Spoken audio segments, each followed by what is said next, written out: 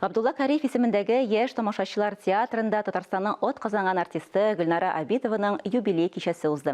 50 яшьлек гомер бәйрәмендә актрисага Тайсырның 100 еллыгы медале һәм Казан шәһәре башкарма комитеты мәдәният идарәсенең мактау грамотасы тапшырылды. Чарадан хәбәрчебез репортажы. Мәхәббәт аңлатучы Рәйсә, кырыс әни Миләүшә Бариевна, җырга сталандыш, барлыгы 60-тан артык роль. Гөлнара Абитова спектакльдә яши, һәр рольне үзе аша кичерә. Бүген дә дулкынлануын яшерми, үзен театрга беренче килгәндәй хис итә. Артист кешенең андый моментлары була инде, ул сәхнәгә чыккачына менә кайберакта чыгасың да, и текст үзеннән менә юкка чыга. Ак кагаз шикелле. Ничексең, нәрсәсең? Дип бер вакытны менә безнең ут чәчәген уйнаганда былтырмысың менә андый хәл булды.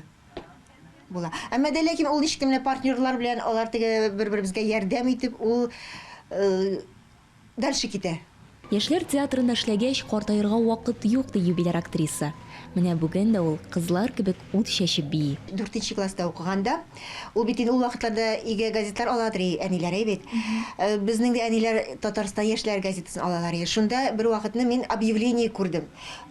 Театр училищесына артистлар җыялар дигән. Менә шул көннән башлап мин үземне артист итеп менә күрдем.